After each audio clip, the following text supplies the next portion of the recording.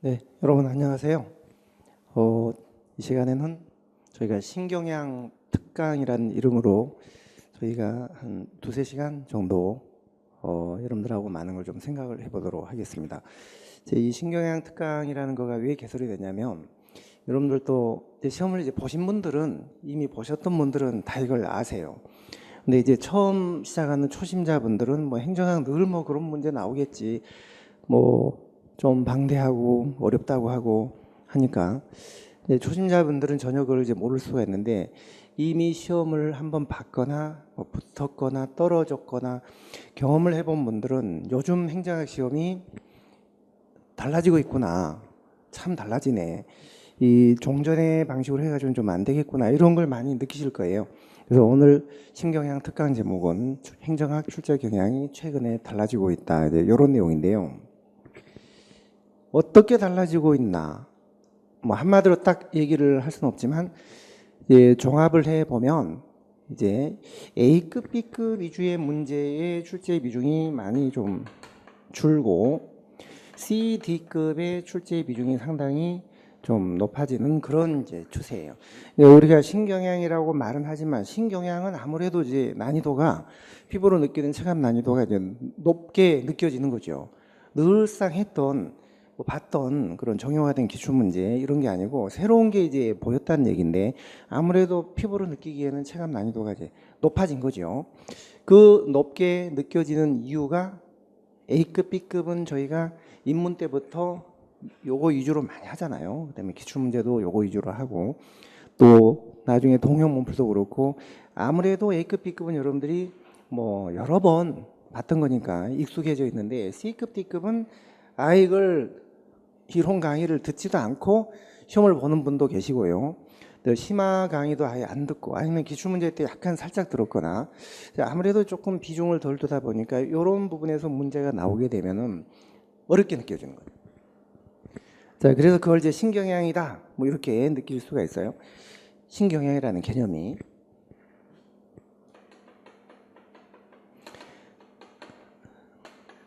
자, 그 다음에 두 번째는 암기나 이제 기출 위주의 비중이 조금 주는 그런 추세가 많이 나타나고 있죠. 요번 국가직 고급 요번 올해 국가직 같은 경우는 한 40% 정도 기출문제 비중이, 심지어는 지난 3월 달에 서울시 7급 같은 경우는 기출문제 비중이 한 20%밖에 안 됐어요. 20%. 그러니까 요즘은 어떤 시험이든지 기출문제의 비중이 50% 미만입니다. 절반 미만이거든요. 근데 이제 뭐 시험을 보고 나면은 이것 또한 시험을 이미 보신 분들만 느끼시는 거죠. 기출문제 비중이 몇 프로다 할 때 선생님마다 이게 다 다르거든요. 저는 이제 40%다 50%다라고 하는데 또 어떤 선생님은 100%다 90%다. 왜 이렇게 다를까요? 자, 기출문제라는 거는 예를 들어 저 같은 경우는 기출문제에 있었던 지문이 한 문제 정도 한 지문 뭐 그 정도 들어가 가지고 있어 가지고는 저는 기출문제라고 안 봅니다. 그리고 그 기출문제를 접해 봤는데 요 문제는 그 기출문제로는 풀 수가 없더라. 그러면 그거는 기출문제로 분류될 수가 없는 거죠. 근데 이제 어떤 선생님 같은 경우는 그 기출문제에서 지문 하나만 같게 나와도 그게 기출문제다. 그 문제를 가지고 풀어봤지만 이 문제는 전혀 풀 수가 없는데 그거를 기출문제에서 나왔다라고 분류를 하는 거는 그거는 좀 여러분 어떻게 생각하세요? 그건 잘못된 거죠.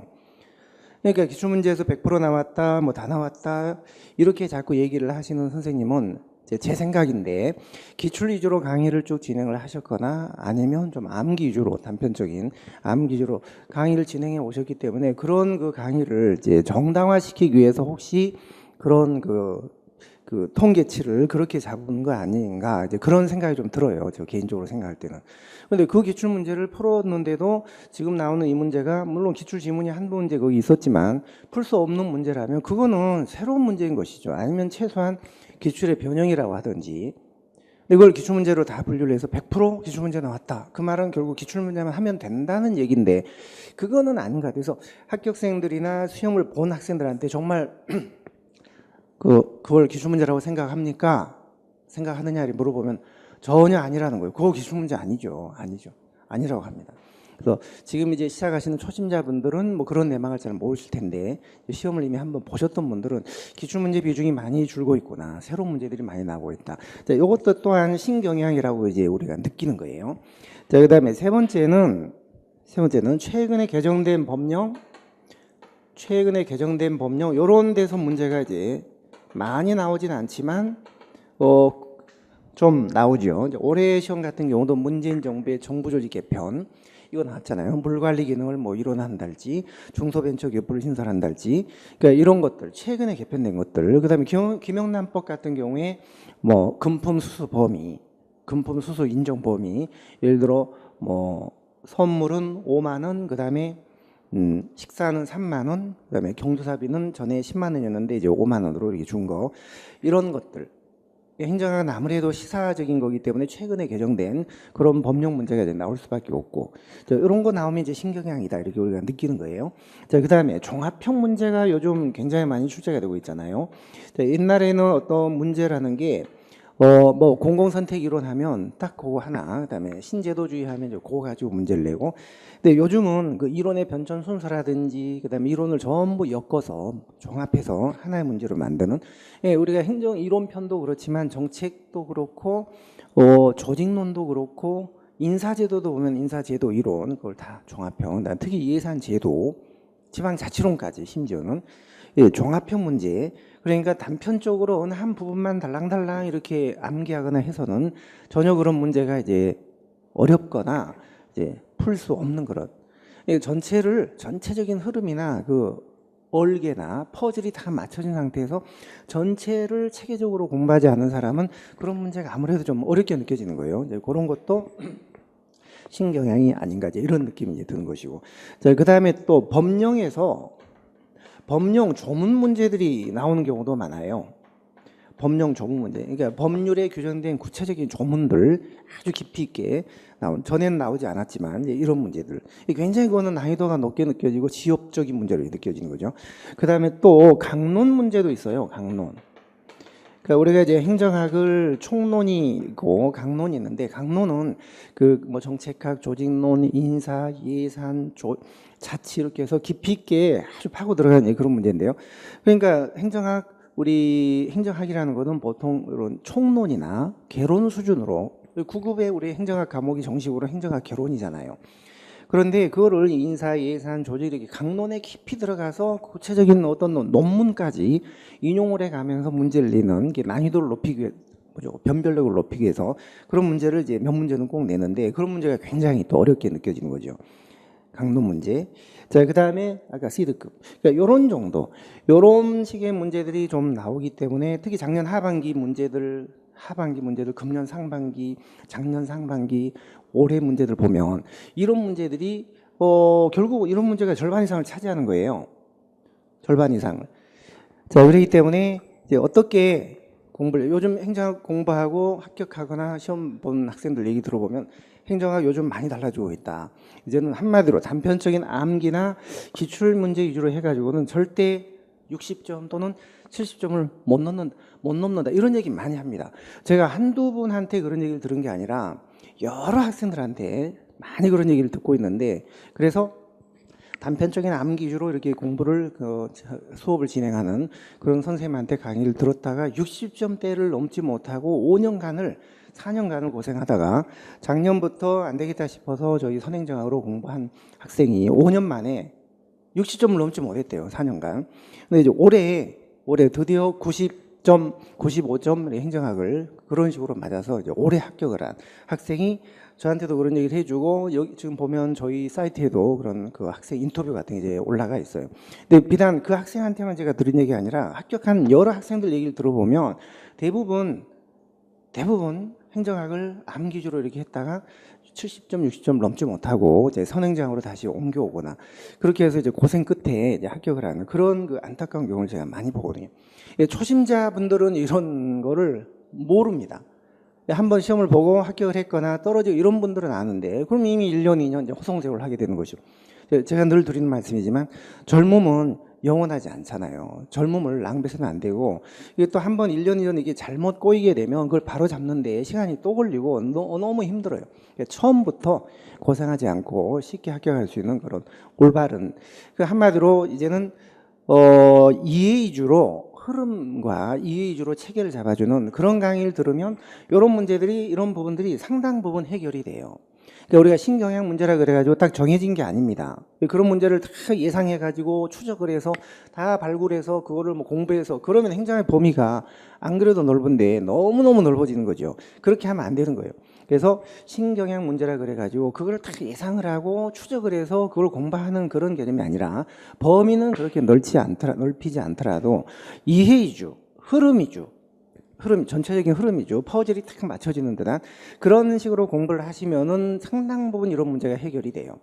근데 그런 식으로 이해주로 공부한다는 게 여러분들이 이해주로 공부를 막 하려고 한다고 되는 것도 아니고 이해주로 해라, 이해주로 해라 한다고 되는 게 아니고 이해주로 가르쳐주는, 이해주로 서술되어 있는 책으로 이해주로 가르쳐주는 수업을 들으시면 이해주로 공부를 하게 되시는 거고, 반대로 아무리 본인이 이해하려고 해도 암기 위주로 이렇게 수업을 진행하는 그런 수업을 들으면 자기도 모르게 암기 위주로 공부를 하게 되는 거예요.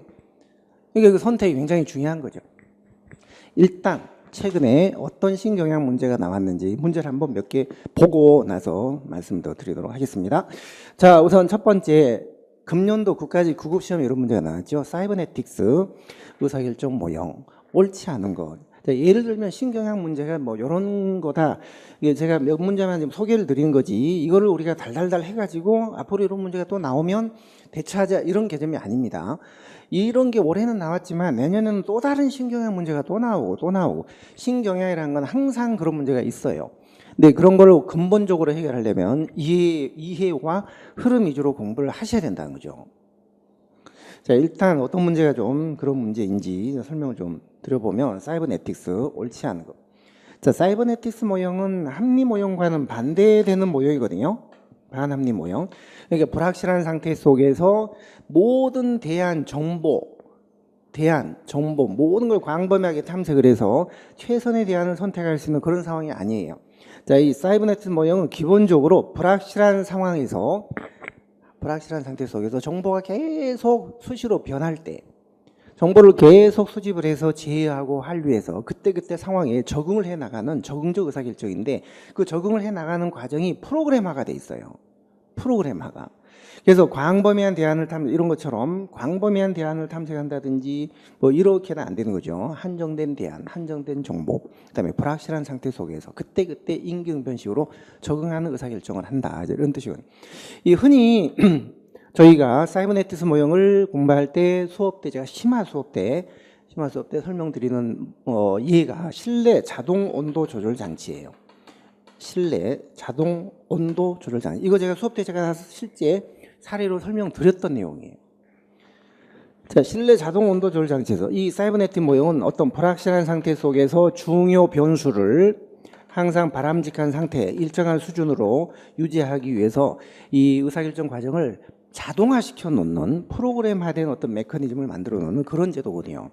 자, 그러면 우리 요즘 좀 폭염에 시달리고 있지만 바깥 기온이 몇 도가 됐든 간에 실내 온도는 항상 20도가 되도록 유지를 하자. 여러분들 보일러 또는 냉방기가 이제 그런 식으로 설정이 돼 있잖아요. 자, 겨울에 보일러가 실내 온도가 항상 바깥 기온이 몇 도가 됐든 간에 20도가 되도록 유지를 하자, 이렇게 설정을 해놔요, 자동으로. 그러면 만약에 실내 온도가 15도로 떨어졌다 하면 이게 자동으로 보일러가 감지를 하고 가동을 해요. 자, 5분 정도 가동을 하면 5도가 높아졌던 전례가 있기 때문에 그게 일종의 SOP예요. SOP. 그러니까 5분을 자동으로 가동을 합니다. 그럼 이제 5분을 가동했더니 5도가 높아질 줄 알았는데 3도밖에 높아지지 않았어요. 그러면 18도잖아요. 18도면은 아직도 부족하다, 춥다. 그래서 2도를 더 높이기 위해서 또 3분 또 자동으로 가동을 해요. 2도를 높이기 위하여 전에 3분을 가동했던 전례가 또 SOP가 이렇게 있었던 거거든요.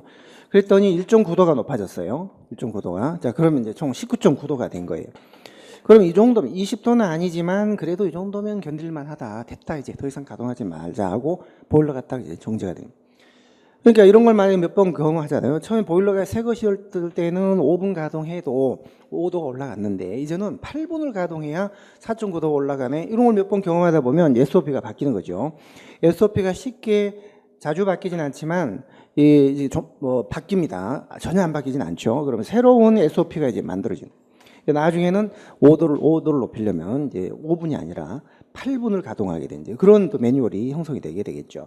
자, 그래서 이 사이버네틱 모형은 합리 모형과는 달리 불확실한 상태 속에서 정보를 계속 제어하고 피드백해서 그때그때 적응을 해 나가는, 그러나 한정된 대안과 정보 그런 걸 탐색을 하는 한정된 목표, 변수, 대안들만, 모든 대안이 아니에요.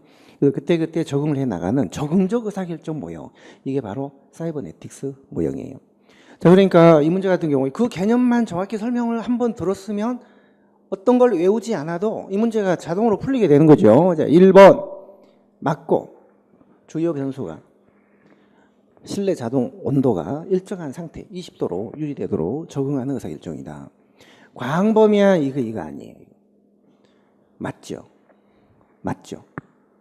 불확실성을 통제하는데 이 통제하는 방법이 불확실성을 극복하는 게 아니라 회피하는 방식으로 통제를 해 나가는 거죠. 합리 모형은 불확실성을 극복하는 방식으로 통제하고, 이 반합리 모형이나 사이버네틱 모형, 회사 모형, 뭐 이런 모형은 전부 회피하는 방식으로 불확실성을 이제 통제하는, 불확실성을 통제하는 방법이 두 가지가 있는 거죠.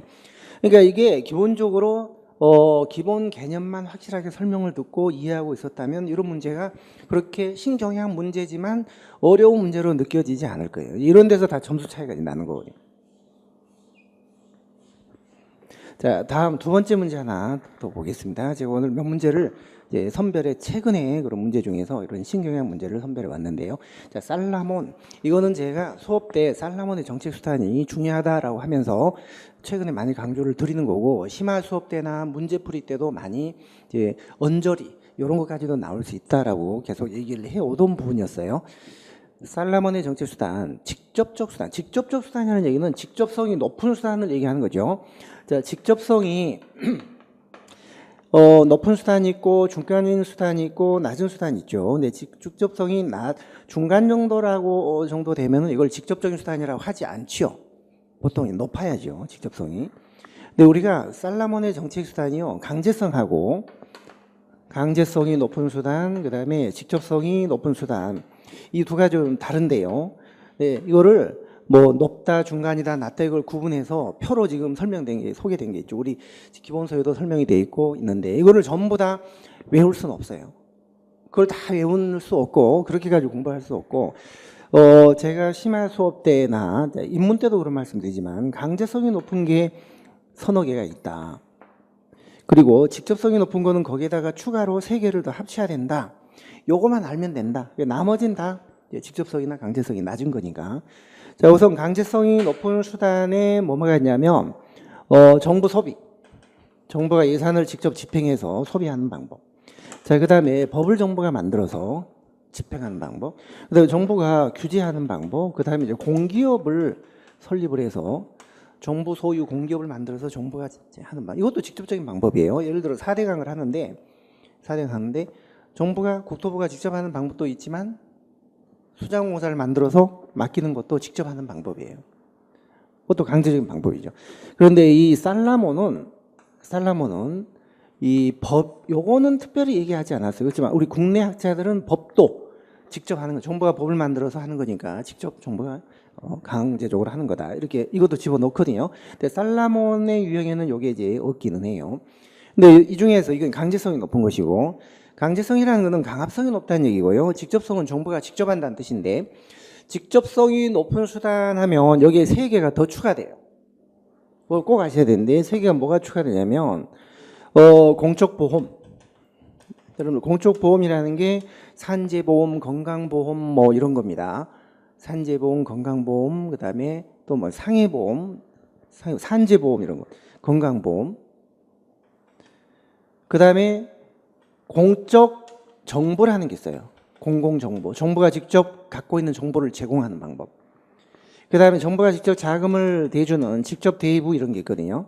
그러니까 이런 거는 공적보험은 정부가 직접 운영하는 보험이에요. 공공보험. 4대 공공보험이 있죠. 그다음에 정부가 갖고 있는 정보를 직접 제공하는 거. 이건 정부가 직접 자금을 대주는 거. 이런 거 직접 하는 거예요. 근데 요 세 가지도 다 직접 하는 거에 포함돼요. 이런 거 다. 다 포함되는데 다만 요 규제가 이제 경제 규제만 요거는 직접 규제에 들어가요. 경제 규제만. 사회적 규제는 직접성이 중간 정도. 그래서 좀 낮은 걸로 분류가 됩니다. 왜냐하면 경제 규제는 정부가 인가, 허가, 특허, 뭐 신고 등록 이런 거 해주는 거기 때문에 정부가 직접 내주는 거니까 직접 하는 거죠. 사회적 규제라는 거는 이건 사회적 분위기가 조성이 되거나 뭐 시민단체가 하거나 하면 할 수도 있는 거니까 정부가 꼭 그걸 직접 해야 될 이유는 없는 거거든요. 자, 그래서 사회적 규제에 비해서 경제적 규제는 정부가 직접 하는 거예요. 인가, 허가, 특허 이런 거 직접 내주는. 그래서 직접성이 높은가 하면은 여기 네 가지 또는 세 가지에다가 요 세 개를 합친 거예요. 그리고 규제가 이게 이제 경제적 규제가 되는 거죠. 이것만 아시면 돼요. 살라모니 정책수단이 매우 복잡한데 우리가 다 할 수는 없어요. 그렇지만 모르면 또 안 돼요. 모르면. 요 정도는 아셔야 된다는 거. 자, 그러면 답이 뭘까요? 요 문제 답. 자, 기업, 조세 지출 이거는 직접성이 조세 지출은 낮은 겁니다. 중간인 겁니다. 중간. 우리 기본서 보시면 경제 규제 이거는 높은 거죠. 요거는 들어가야 되고 정부 소비 들어가야 되고요. 그다음에 사회적 규제 이거는 중간이에요. 중간인 거를 직접적 수단이라고 하지는 않습니다. 그다음에 공기업 이거는 직접성이 높은 거죠. 보조금 이거는 직접성이 낮은 거예요. 그러니까 이 세 개에서 니은, 디귿, 미음, 니은, 디귿, 미음 답이 3번인 것이죠. 3번. 그러니까 이 문제도 뭐 평이하게 늘 나오던 그런 문제는 아니고요. 정확한 좀 구분을 해야 되는 그런 문제였습니다. 자, 다음 문제 하나 더 볼게요. 지방자치법상 지방의회에 대한 설명. 자, 이런 문제는 심화 수업 때 이제 설명을 드린 내용이거든요. 인문만 가지고는 좀 안 되는 거죠. 대부분 신경향 문제는 우리가 인문에서 들었던 A급, B급하고 뭐 그런 것들은 신경향이라는 느낌이 안 들어요. 우리가 많이 했던 그런 것들이니까요. 자, 위원회를 둘 수가 있다. 상임위원회하고 특별위원회로 한다. 이거 국가나 마찬가지로 두 가지가 있고. 2번 의원들의 사직을 의회 의결로 허가할 수 있는데 의회가 폐회 중일 때는 의장이 허가할 수 있습니다. 맞습니다. 3번 의장은 표결권을 갖지 못한다. 찬반이 같으면 부결된 것으로 본다. 여기에 좀 문제가 있네요. 찬반 같으면은 부결된 거 본다. 이 말은 맞아요. 왜냐하면 의장이 우리나라는 지방의회든 국회, 중앙위 국회든 캐스팅 보트를 갖지 못합니다. 캐스팅 보트 제도가 없어요. 우리는 찬반 같으면 일단 부결이에요. 그런데 의장도 다른 의원하고 똑같이 의원 중에서 선출하기 때문에 당연히 표결권은 갖죠. 표결권은. 그러니까 이 문장을 제가 수업 때 캐스팅 보트는 없다라는 얘기 합니다. 수시마 수업 때. 그거만 잘 들었더라면 다 해결되는 거죠. 항상 우리가 신경향 문제 같은 경우는요. 4개 지문을 정확하게 다 알지 못해도 풀 수 있을 거예요. 신경향 문제까지 4개 지문을 다 알 정도로 공부를 우리가 한다면 엄청난 공부를 해야 돼요. 행정학만 할 수도 없는 것이고 그거는 좀 효율적이지 않고 신경향 문제는 그래도 다 모든 지문을 다 알지 못해도 한두 개 지문은 알 정도로는 공부가 돼야만이 답을 알 수 있어요. 답을 알 정도만 하면 되는 거거든요. 3번이 틀렸어요. 그리고 제가 캐스팅 보트 제도 없다라고 했으니까 이 지문은 어떻게 바뀌어야 되냐면 의장은 의결해서 가부동수일 때 캐스팅 보트를 가지지 못하며 이렇게 바뀌어야 돼요. 찬반 같으며 부결된 것으로 본다. 이걸 표결권이라고 할 게 아니라 캐스팅 보트를 갖지 못한다. 그걸 이렇게 이제 바꿔서 문제를 낸 겁니다. 자, 그래서 이 문제는 3번이 답이 되는 거예요. 자, 이 문제 한번 보죠. 전문 경력관 제도 옳지 않은 거. 금년도 국가직 9급인데요. 여러분들 전문 경력관은요. 제가 기출문제 풀이나 심화 때 우리가 기출문제 풀이를 할 때도 저는 기출문제만 딱 푸는 게 아니라 이런 문제가 나왔으니까 앞으로는 여기까지 좀 봐둬야 됩니다. 약간 언저리에 해당하는 그런 부분들을 말씀 많이 드리거든요. 동형 못 풀 때도 하고 기출 때도 하고 전문 경력과는 제가 이런 거를 말씀을 많이 드렸어요. 우리나라 직위분류제가 일반직 공무원들은 직위분류제가 그런 대로 상당히 돼 있습니다. 특정직이나 정무직들은 좀 덜 돼 있거나 안 돼 있거나 하지만 일반직 공무원들은 직위분류제가 그런 대로 상당히 많이 돼 있는데 그중에 유일하게 전문 경력관들은 이게 직위분류가 적용이 되지 않는다. 전문 경력관은 그게 순환 전보가 곤란하거나 전문성이 요구돼서 장기 재직을 해야 되는 그런 경우에는 전문 경력관직으로 지정을 하는데, 일단 그렇게 지정이 되면은 이건 일반직과 마찬가지의 직류, 직렬, 이런 직군 이런 분류가 적용이 안 돼요. 물론 예외적으로 일정한 경우에 폐직이 되었다든지 직제 개편이 됐다든지 뭐 하면 전직 시험을 거쳐서 예외적으로 다른 일반직 공무원으로 전직을 시킬 수는 있지만, 원칙적으로는 경력직 전문 경력관 그 범위 내에서만 근무를 해야 돼요. 그런 직종이 있어요. 그게 전문 경력관직. 직위분류제가 적용이 안 되는 유일한 일반직 공무원이다. 그러나 신분은 일반직 공무원이에요. 경력직이에요. 경력직. 그 정도만 알아도 전문 경력관을 상세하게 아실 필요는 없는 거죠. 그러나 전문 경력관의 개념하고 그다음에 또 직군, 계급, 직렬 분류가 적용이 안 된다. 이것만 아셨더라도 문제는 당연히 풀 수 있는 거예요. 이제 2번. 그 정도를 노리고 출제원이 문제를 내는 거고, 우리도 그런 정도라 해야 되는 거지, 공부를. 이걸 뭐 상세히 뭐 이런 것들까지 다 하실 필요는 없는 거예요, 사실은. 자, 그래서 2번이 문제도 답이 됐습니다. 자, 5번 문제를 한번 볼게요. 정보업무 평가 제도인데요. 이게 정보업무 평가 기본법에 있는 거다라고 해서 이걸 법령 문제다.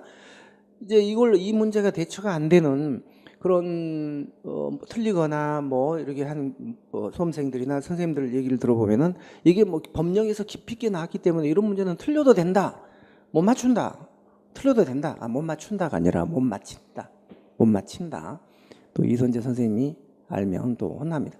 못 맞힌다 이렇게 얘기를 하는 경우가 있는데 그건 틀린 말이죠. 이 세상에서 틀려도 되는 문제는 없어요. 다 맞춰야죠. 이왕이면 다 맞추는 게 좋죠. 자, 그런데 이게 무슨 법령에 깊이 있는 문제가 나오거나 그런 게 아니라 응용 문제예요. 법령 문제가 아니라. 따라서 정보업무 평가 제도의 기본적인 내용만 이해를 하고 있었다면 쉽게 풀 수 있는 문제예요. 어려운 문제 아니에요. 그러니까 암 기주로 공부를 했으니까 어렵게 느껴지는 거죠. 자, 우리 정보업무 평가의 종류에는 중직 특공이 있다. 이거 공부 많이 했잖아요. 중앙행정기관에 대한 평가, 지방자치단체에 대한 평가, 특정평가, 그 다음에 공공기관 평가, 이렇게 4가지가 있잖아요. 중직 특공. 중앙행정기관이라고 하면 부, 처, 청에 대한 평가고, 지방자치단체에 대한 평가라고 하면은 요거는 뭐 시나 군. 특정평가는 국정을 통합적으로 관리할 필요가 있을 때 총리가 직접 하는 거죠. 요거는 공기업에 대한 평가고요. 그런데 보시면 김포시와 도로교통공단은 평가 대상에 포함된다. 김포시가 지방자치단체잖아요. 도로교통공단은 공공기관이잖아요. 그럼 당연히 중직특공 안에 포함되니까 1번은 맞는 거예요. 자, 그 다음에 중앙행정기관하고 지방자치단체는 자체평가가 원칙입니다. 자체평가. 자체평가위원회를 구성하도록 돼 있고 3분의 2 이상은 민간위원으로 구성하도록 돼 있죠. 그럼 당연히 관세청장, 국세청장, 뭐 청은 중앙행정기관이니까 관세청이 아니라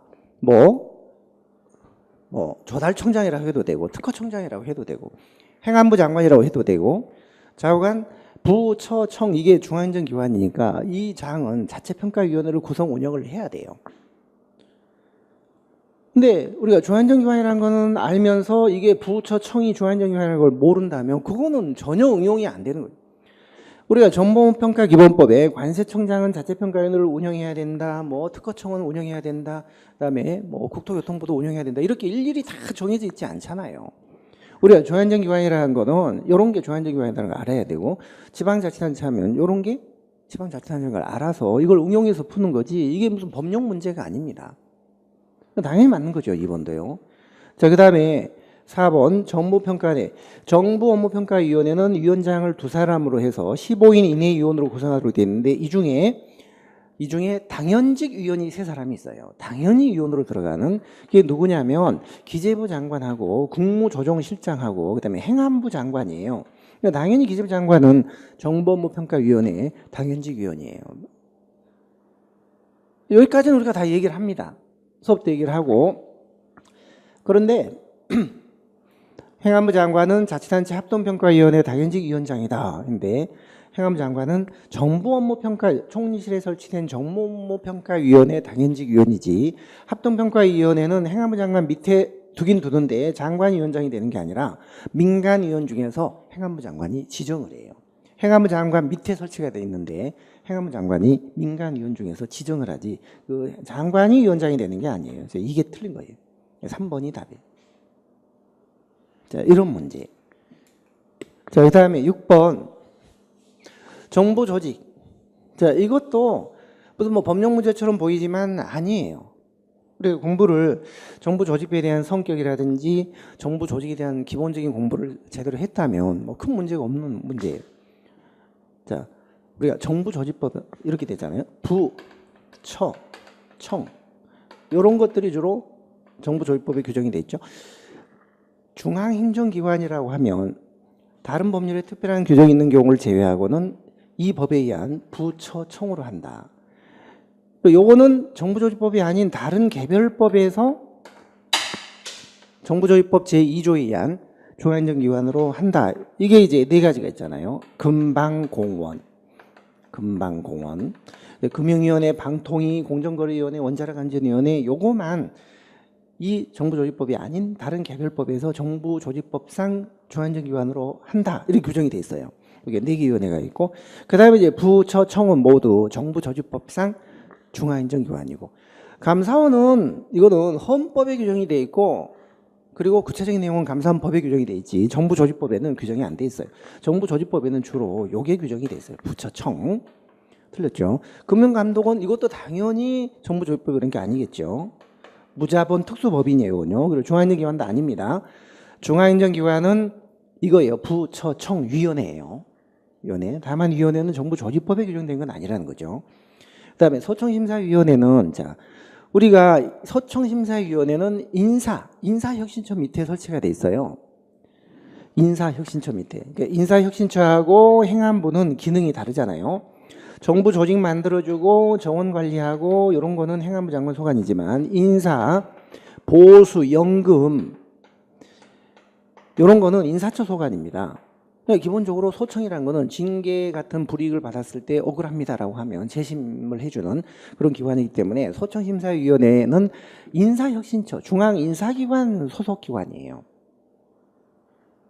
행안부 소속이 아니죠. 틀렸죠.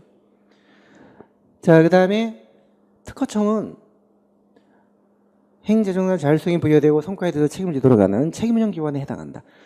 우리가 책임운영기관이 소속 책임운영기관이 있고 중앙 책임운영기관이 있는데 중앙행정기관 이게 부나 처나 청의 형태로 되어 있는 책임운영기관이 유일하게 특허청입니다. 특허청이 유일한 중앙행정기관인 책임운영기관이다. 이거 수업도 다 얘기를 했던 내용이에요. 요거만 맞는 내용이에요. 요거 다 틀린 얘기죠. 그러니까 늘 이게 뭐 나오던 문제 아니죠. 안 나왔던 문제니까 신경향 뭐 새로운 문제처럼 보이고 이게 무슨 뭐 법령 문제라고 하지만 우리가 일일이 뭐 정부조직법이나 감사원법이나 금융감독원법이나 이런 걸 다 찾아봐서 뭐 그런 문제를 이 문제를 맞출 수 있는 게 아니에요. 기본적으로 정부조직법의 성격, 여기 정부조직법 이 법의 성격만 알면 이런 거 다 이게 틀린 지문이라는 걸 알 수가 있는 거죠. 자, 다음에 또 이런 문제 하나 볼까요? 공공서비스 공급 주체 유형과 예시. 자, 이것도 심화 수업 때 그 입문 때부터 제가 심화 수업 때까지 공공기관을 구분하는 방식 그리고 얘도 어떤 기관들이 어떤 기관이고 그 예를 들어 설명드릴 때 여러분들이 어떤 기억이 오래 가도록 이해를 돕기 위해서 제가 다 예시를 들어드리잖아요. 뭐 한국 마사회 같은 경우는 말 타고 놀다가 적자로 떨어졌다. 그래서 이거는 시장형이 아니라 준시장형이다. 이런 식으로. 자, 그러면 일단 이 공공기관의 유형을 한번 구분을 한번 해볼까요? 우리나라 공공기관의 유형은 크게 3가지가 있습니다. 기타 공공기관이 있고 준정부기관이 있고 그다음에 공기업이라는 게 있죠. 공기업은 또다시 시장형 공기업이 있고 그다음에 준시장형 공기업이 있고 준정부기관은 기금관리형이 있고 그다음에 위탁집행형이 있어요. 위탁집행형 그다음에 기타 공공기관 이렇게 돼 있는데 요 정원이 50명이 안 되는 그런 소규모 공공기관은 기타입니다. 기타. 이 기타에는 이사회를 구성 안 해도 되고 감사 안 받아도 되고 뭐 해요. 이거는요.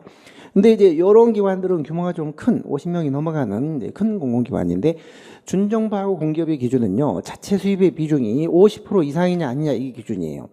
그러니까 한 해 한 해 예산 중에 50% 이상을 자기들이 스스로 벌어들이는, 그러니까 돈벌이가 좀 짭짤하게 되는 그런 공공기관은 공기업이고, 그렇지 않으면 준정부기관이에요. 근데 그 중에서도 시장형 공기업은 시장에 갖다 내놔도 얼마든지 견뎌낼 수 있는 돈벌이를 더 잘하는 공기업을 시장형이라고 해요. 85%예요. 자체 수입의 비중이 85%가 넘어가면 시장형 공기업이에요. 현재 15개가 있죠. 그렇지 않으면 준시장이 되는 거예요. 그래서 준시장형 공기업은 주로 흑자가 났다, 뭐 돈 잘 번다 이런 소리 별로 못 들어봅니다. 그런 게 이제 마사회, 뭐 조폐공사, 그다음에 수자원공사, 이것도 제가 우스갯소리로 수업 때 기억이 되도록 하기 위해서 말 타고 놀고 최순실한테 말 빌려주고 하다가 마사회가 경영이 어려워져서 이건 시장형은 아니다. 조폐공사 돈 만드는데 돈 많이 들어간다. 5만 원권 만들면 회수가 안 되고 회수율이 20%밖에 안 돼요. 전부 지금 5만 원권은 뭐 비타 500박스 이런 데 들어가 있고 사과 박스에 들어가 있고 유병원이 가방에 들어가 있고 아궁이 속에 감춰져 있고 회수가 안 되니까 돈 자꾸 찍어내야 돼요. 조폐공사 돈 만드는데 돈 많이 들어가요. 수자원공사 옛날에는 이게 괜찮았어요. 근데 이명박 정부 때 4대강 하면서 22조를 4대강에 쏟아부었잖아요. 그 이후로 이게 경영이 어려워져서 이게 준시장형으로 이게 떨어진 거예요. 가스라든지 발전이라든지 그다음에 뭐 공항이라든지 이런 것들은 주로 시장형 공기업입니다. 장사가 잘 되는 편.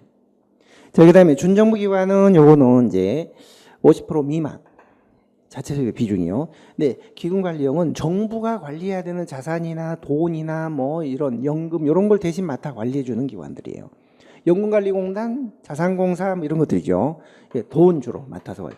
위탁집행형은 이건 돈이 아니라 시설이나 무슨 지역이나 집단이나 어떤 어려운 뭐 계층들, 뭐 소비자라든지 농어민 이런 사람들을 보호하고 육성하고 지원해주는 그런 기관이 준정부기관. 그러니까 정부가 해야 될 그런 보호 기능을 위탁받아서 대신 집행한다. 이건 기금을 도신 위탁받아서 관리한다. 이건 기금관리요. 그리고 연금공단, 무슨 연금공단, 뭐 이런 것들이 전부 준정부기관이에요. 그다음에 시설, 지역, 집단, 어떤 계층을 보여주는 한국소비자원, 그다음에 농어촌공사 이런 게 위탁집행형이에요. 시설관리공단, 국립공원관리공단, 환경관리공단 이런 게 전부 위탁집행형. 시설이나 지역이나 뭐 집단 관리해주는. 그래서 공공기관의 유형이 이런 식으로 된다 해서 예를 들어 제가 말씀드리고 또 심화 수업 때 제가 이제 이런 얘기도 드려요. 이게 꼭 50% 이상으로 해서 공기업이고 다 되는 게 아니라 공공기관 지정은 상당히 정치적이고 정책적이다 이런 말씀드립니다. 예를 들어 KBS, EBS 같은 경우 이건 100% 정부가 출자한 정부 산하 단체예요. 그럼 당연히 이 논리에 따르면 공공성이 강하니까 공공기관에 들어가야 됩니다. 그러나 이건 현재 공공기관으로 지정이 안 돼 있어요. 안 돼 있습니다. 그리고 50%가 안 돼도 훨씬 정부 출자 지분이 한전 같은, 여기 한전이 여기 들어있는데 한전은 정부의 출자 지분이 24%밖에 안 돼요. 정부 출자 지분이 24%밖에 안 되는데 왜 공공기관으로 돼 있냐? 이거는 전기라는 거는 우리가 지금 폭염에 시달리고 전기가 이제 만약에 부족하면 모든 기관 산업이 무너지기 때문에 이거는 정책적으로 정부가 공공기관으로 해가지고 통제를 해야 돼요. 그래서 한전은 공공기관에 집어넣고 얘들은 100% 출자를 했지만 공공기관에 빠져 있어요. 왜냐? 언론이기 때문에 언론에 대한 탄압이라는 이미지를 주면 안 되기 때문에 이거를 정책적으로 배제시킨 거예요. 그 적용해서. 그래서 교육방송공사, 그다음에 한국방송공사는 공공기관에 빠져 있어요. 자, 그러면 이런 정도 설명을 들으셨다면 이게 그렇게 새로운 문제가 어려운 문제 아니잖아요. 1번 틀렸죠. 어디에도 지정이 안 돼 있어요. 시장 마사에 말 타고 놀다가 준시장형이 되거든요. 그다음에 한국연구재단은 연구기관 지원해주는 기관이에요. 연구기관. 이거는 위택, 어떤 특정 집단이나 기관을 보호 육성해주기 위한 그런 거기 때문에 위탁집행형 준정부기관이에요. 기금관리가 아니고 한국소비자원 이거는 소비자를 보호하기 위한 단체니까 요거는 위탁집행이 되겠죠.